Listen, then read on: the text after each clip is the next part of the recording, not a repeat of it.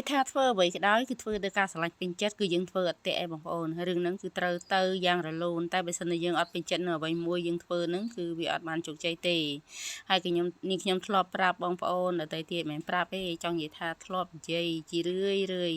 ថាបើសិនជាយើងពេញចិត្តនឹងអ្វីគឺយើងធ្វើនឹងទៅតែនេះខ្ញុំអត់បានពេញចិត្តធ្វើណាតែដោយសារលុយទេបងប្អូននេះធ្វើ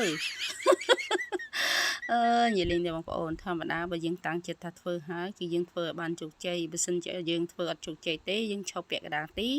លក្ខណៈថាគេសើចយើងហើយអញ្ចឹងយើងកុំឈប់អីហើយអ្នកសើចហ្នឹងគឺគ្មានអ្នកណាក្រៅពីបងប្អូនយើងសាច់ញាតិយើងទេបងប្អូនហើយព្រោះឌីសាយើងខំជាង1ឆ្នាំហើយអញ្ចឹងបើសិនជាវាអត់ទាន់បានទេកុំបោះបង់ធ្វើទៀតដល់ពេលណាពេលហ្នឹងឲ្យឃើញថាអូខេថ្ងៃនេះគឺខ្ញុំជោគជ័យហើយខ្ញុំនឹងអួតបង្ហាញអ្នកគ្រប់គ្នាហើយកុំឲ្យអ្នកគ្រប់គ្នានឹងសើចពីខ្ញុំចឹងខ្ញុំមានតែធ្វើបន្តទៀតអត់ឈប់ទេបងប្អូនខ្លាចខ្លាំងផុតគឺខ្លាចគេសើចតើហើយថ្ងៃនេះដែរគឺនេះខ្ញុំខប្រហុកនេះបើនិយាយពីខានធ្វើវិញចូល2សតវត្សតែបងប្អូនព្រោះដោយសារគ្រួសារនេះខ្ញុំក៏អត់ហូបត្រីប្រាទេដល់ពេលអញ្ចឹងហើយក៏ចេះតែខ្វៀងត្រីប្រារហូតអញ្ចឹងបងប្អូនធម្មតាខប្រហុកនេះបើយើងដាក់ត្រីប្រាឬក៏ត្រីពោគឺវាមានជាតិឆ្ងាញ់ជាងត្រីផ្សេងអញ្ចឹងបងប្អូនតែ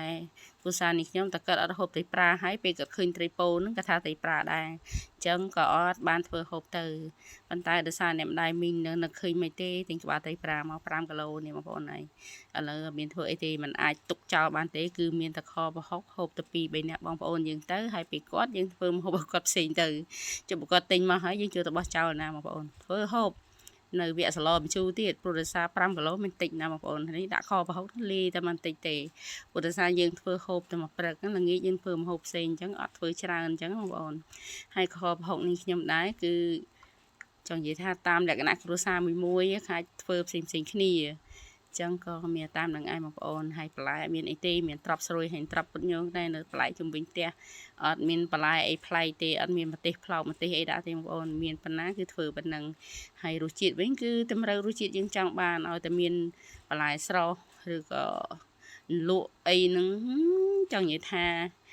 បើចាំទៅហោះទៅណាទេបងប្អូនហើយនេះបន្លែធម្មជាតិសាត់បងមិនថាផ្ទីមិនថាលឹកបាសមិនថាត្រប់ទេគឺជាបន្លែធម្មជាតិអត់មានប្រើជាតិគីមីទេហើយត្រប់នេះវិញបើយកមកស្រស់ទឹកក្តៅធ្វើលក់រសជាតិផ្អែមឆ្ងាញ់បងប្អូនអត់និយាយលេងទេលើកមុនណាពីមិនលើកមុននេះពីមុនកាលនេះខ្ញុំនៅរៀងជតុងអត់សូវចេះហូបទេឥឡូវមកម្ហឹងហើយបងប្អូនបើស្រស់ទឹកក្តៅហើយយកមកលក់ជាមួយប្រហុកវាថាឆ្ងាញ់បាយដោយសារណាមួយពេលដែលយើងស្រស់ទៅរៀងទន់ដែរវាដូចយើងអត់ស្រស់វារៀងនេះណាបងប្អូនវារៀងរឹងទៅពីអត់សឹកដៃចាឥឡូវវីដេអូនេះខ្ញុំក៏ដល់ទីបញ្ចប់ដែរអរគុណច្រើនបងប្អូនដែលតែងតែ like ចូលចិត្តវីដេអូនេះខ្ញុំ